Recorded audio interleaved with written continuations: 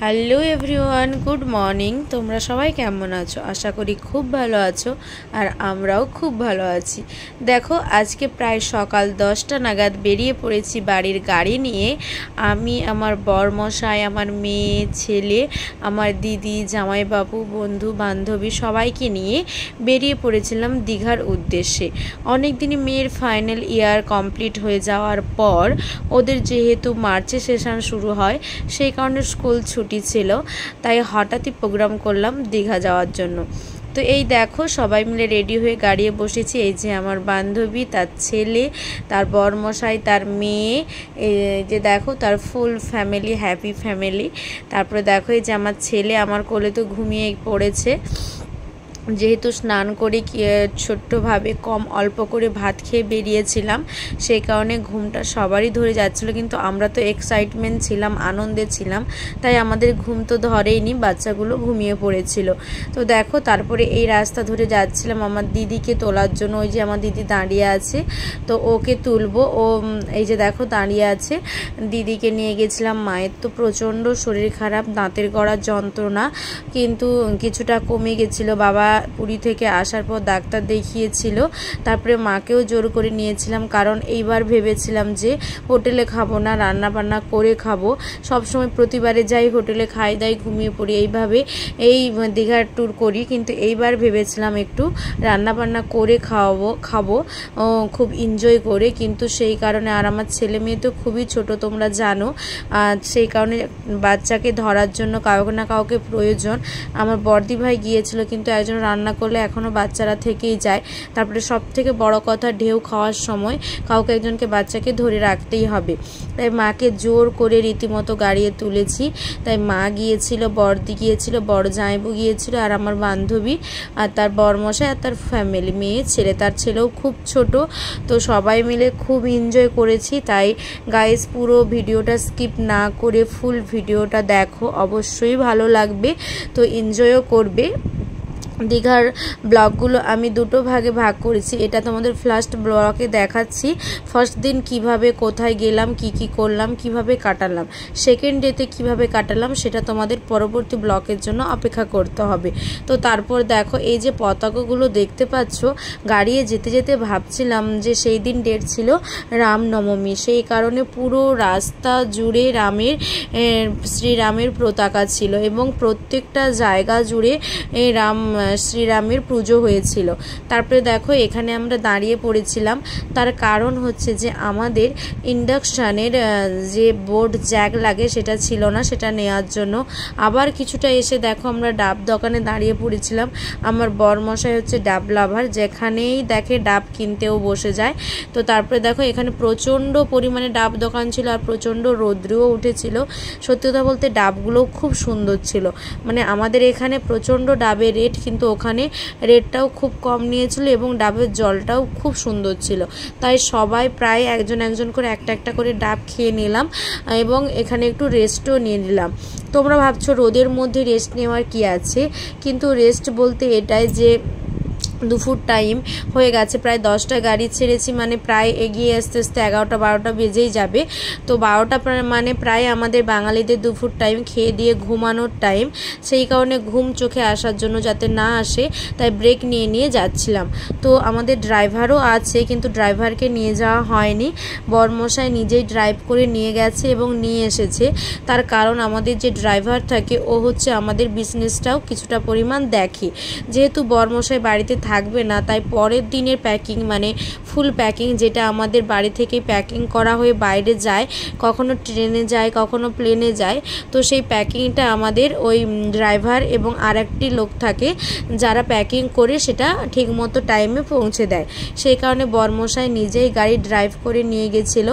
তো এই দেখো, এই যে রাস্তা পেরিয়ে যাচ্ছিলাম, তো গান বাজছিল। সত্যি কথা বলতে খুব এনজয় করেছি যেতে যেতে। তারপরে দেখো, ফাইনালি যে গেটটা, দীঘার গেট, বিশ্ব বাংলার গেট, সেখানে পৌঁছে গিয়েছিলাম। তো দেখো কে কে যাওয়ার সময় এখানে ভিডিও তোলো তো অবশ্যই কমেন্ট করে জানিও। আমিও তুলি, লংভাবেও তুলেছি, আরভাবেও তুলেছি তোমাদেরকে ব্লগে শেয়ার করার জন্য। তো ফাইনালি এই গেটটা পেরিয়ে আমরা ভেতরের দিকে যাচ্ছিলাম, আর ওই যে রাস্তাটা ঘুরে গেছে ওটা মোহনার দিকে গিয়েছে। কিন্তু আমাদের সাথে একটা মিস্টেক হয়ে যায়, আমরা জানি না যে এই রাস্তাটা ধরে গেলে যে রাস্তাটাকে ব্লক করে দিয়েছে। এই যে ওল্ড দীঘা পেরিয়ে যাচ্ছি দেখতে পাচ্ছ, কিছুটা যাওয়ার পরে আমাদেরকে আবার ব্যাক করে ওই একই রাস্তা দিয়েই ব্যাক করে আবার ফিরে আসতে হয়। তার কারণ হচ্ছে যে ওখানে জগন্নাথ মন্দিরের গেট হচ্ছিল, সেই কারণে গেট পুরো বন্ধ। ওই রাস্তা দিয়ে ওল্ড দীঘা দিয়ে যে রাস্তাটা নিউ দীঘাতে যাচ্ছে ওই রাস্তা দিয়ে যেতে পারা যায়নি, কারণ পুরো রাস্তাটা বন্ধ ছিল। তাই ব্যাক করে আবার পিছন সাইড ঘুরে ঘুরে অনেকটা রাস্তা ঘুরে নিউ দীঘাতে ফাইনালি পৌঁছে গেলাম। তো দেখো এই যে এই সিনারিটা খুব ভালো লাগে আমার, নিউ দীঘাতে গেলে এই সিনারিটা দেখতে পাবে তোমরা। আর এই সাইডে আমার ছেলের দিকটায় আছে অমরাবতী পার্ক, আর আমরা ওখানে ওই সাইড দিয়েই যে একটা ঢালাই রাস্তা গেছে, আমরা কারসিনাতে হোটেলে ছিলাম। তো দেখো ফাইনালি আমরা হোটেলের কাছে পৌঁছে গিয়েছিলাম। যখন পৌঁছে যাই প্রায় বাজে, দেখো পৌঁছে গিয়েছিলাম কিন্তু প্রায় আমরা পৌঁছেছি 3:20 দেখে, তো প্রায় বিকেল হওয়ার অবস্থা। কিন্তু সত্যি কথা বলতে গাইস আমাদের রুম বুকিং করা ছিল না, তাই ওখানে যে গাড়ি ঠেকিয়ে আমরা আবার রুমে কথা বলি, রুম পাই। তারপরে ওখানে ভেতরে ঢুকতেই প্রায় আমাদের 4টে বেজে গিয়েছিল। তো 4টে বেজে যাওয়ার পর এতটা ড্রাইভ করে আসার পর সবাই একটু ধকল অবস্থাতে ছিল, তাই সবাই একটু রেস্ট নিলাম। রেস্ট নিয়ে মুখ হাত ফ্রেশ করে আমরা ফার্স্ট যে কাজটা করলাম সেটা তোমাদের দেখাচ্ছি গাইস। তোমরা ভাবছো যে ফার্স্ট হোটেলে ঢুকে ফ্রেশ হয়ে সবাই কি কাজ করে, সবাই চাই যে ফার্স্ট আগে আমরা সমুদ্রের ধারটা ঘুরে আসি, কিন্তু আমরা সমুদ্রের ধার ঘুরতে যাইনি। ফার্স্ট আমাদের পেট পুজো করার আয়োজন করছিলাম, মানে ফার্স্ট আমরা ইন্ডাকশানে গিয়ে দীঘাতে রান্না করেছি, তাও আবার লুকিয়ে। কারেন্টে মানে পুরো হোটেলে ছিল, বাইরে থেকে খাওয়া নিয়ে যাওয়াও নিষেধ, রান্না করাও নিষেধ, কিন্তু তাও আমরা চুরি করে এই রান্নাটা করেছিলাম। তো তোমাদেরকেও শেয়ার করব। তো দেখো ফার্স্টে দেখো আমার বরমশাই যেখানটাতে দাঁড়িয়েছিল হোটেলটাতে, তো ওখান থেকে পেরিয়ে আমরা কিছু জিনিস কেনার ছিল তাই নিয়েই ঢুকছিলাম। তো দেখো এই যে যাচ্ছি, দেখো এই যে কারসিনা, তো ওখানেই ছিলাম। ফার্স্টে ওখানে দাঁড়াতে, আইডি কার্ড দেখাতে, রুম নিতে অনেকটা টাইম লেগে গেছিলো। বাচ্চাগুলো তো পুরো গরমে ঘেমে অবস্থা একদম একাচার। তো দেখো এই যে আমার বান্ধবীর ছেলে পুরো গরমে ঘেমে গেছে, তাই ওর জামা প্যান্ট খুলে ও কত কিউট লাগছে, হাগিস পরে ঘুরছে। ও শুধু ছটপট সব এদিক ওদিক যাবে। তো দেখো এই যে হোটেল, এই যে ওরা কথা বলতে গিয়েছিল আর আমরা দাঁড়িয়েছিলাম। তারপরে ফাইনালি আমরা হোটেলের ভেতরে ব্যাগপত্র নিয়ে ঢুকছি। এই যে আমার দিদি জামাইবাবু সামনে চলে গেছে। তো তারপরে দেখো ভেতরে ঢুকলাম। এই যে অফিসটা, কে কে দীঘাতে গিয়ে এই হোটেলে থেকেছো অবশ্যই আমাকে কমেন্ট করে জানিও।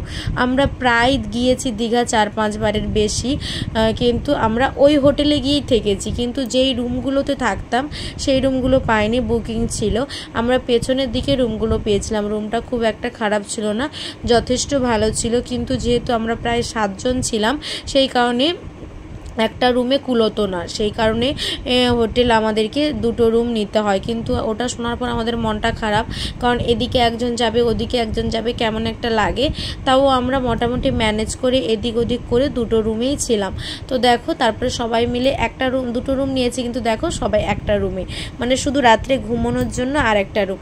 দেখো আমার বরমশাই ফার্স্ট কাজ ছিল সেখানে ইন্ডাকশানটাকে চালু করা। তো দেখো ওই সাইডেও ইন্ডাকশান করছে আর আমরা সবাই বসে আছি, কারণ সত্যি কথা বলতে গাইস আমি কখনো ইন্ডাকশানে রান্না করিনি, ইন্ডাকশানে কিভাবে রান্না করতে হয় আমি জানি না। আর আমাদের এখানে যত মেম্বার ছিল তারা কেউ জানে না। বাড়িতে এখন গ্যাসের দাম যথেষ্ট কম, তাই সবাই গ্যাসেই রান্না করি, ইন্ডাকশান আমরা ব্যবহার করি না, এই ফার্স্ট টাইম। তাই সবাই উন্মুখ হয়ে দেখছিলাম যে কিভাবে কি চালু হবে। চালুটা সবাই করতে পারবে কারণ ওখানে সমস্ত কিছুই লেখা ছিল, কিন্তু তাও দেখছিলাম যে হবে কি হবে না, মানে একটা কি বলবো দ্বিধাবোধ কাজ করছিল। তো দেখো এই যে আমার জামাইবাবু, আমার বরমশাই কারেন্টকে প্রচণ্ড ভয় করে, সে কারণে আমার জামাইবাবু দেখো এই জ্যাকটাকে তারের মধ্যে মুড়ে গুঁজে দিচ্ছিল। জ্যাকটা আমরা আসার সময় নিয়ে এসেছিলাম, সেই কারণে ওই যে মানে গুজার যে জ্যাকটা ওটা ছিল না, তারের মধ্যে দিয়েই ঢোকাতে হয়েছিল।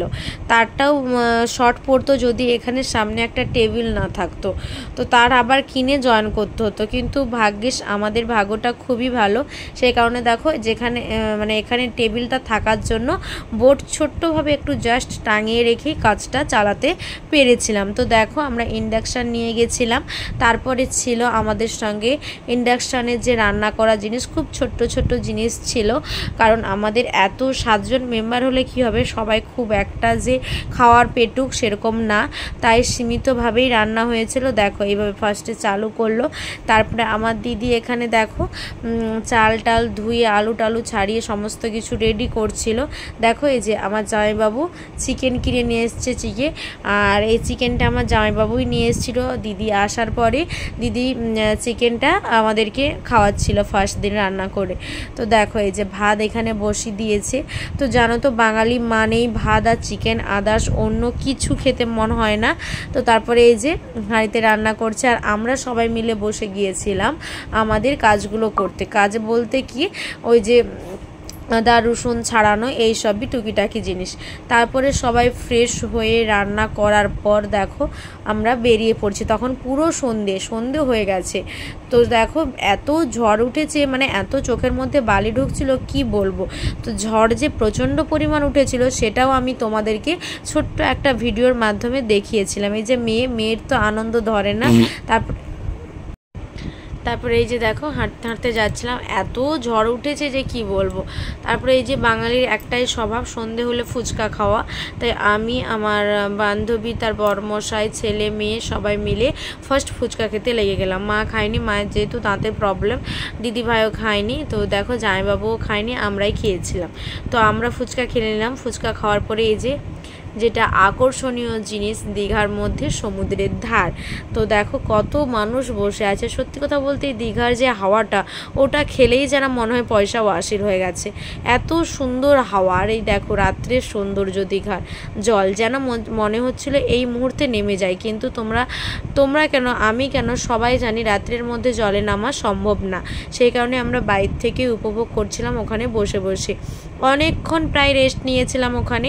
তারপরে বিরক্তি বোধ হয়ে অনেকক্ষণ বসার পর আমরা সামনে যে টুকিটাকি মেলার দোকানগুলো বসেছিল সেই দিকে হাঁটা দিলাম। তো দেখো এই যে বসে যাওয়ার পরে দোকানে ঘুরছিলাম, এই যে সবাই মিলে একটু ঘোরাঘুরি করব বলে তাই যাচ্ছিলাম।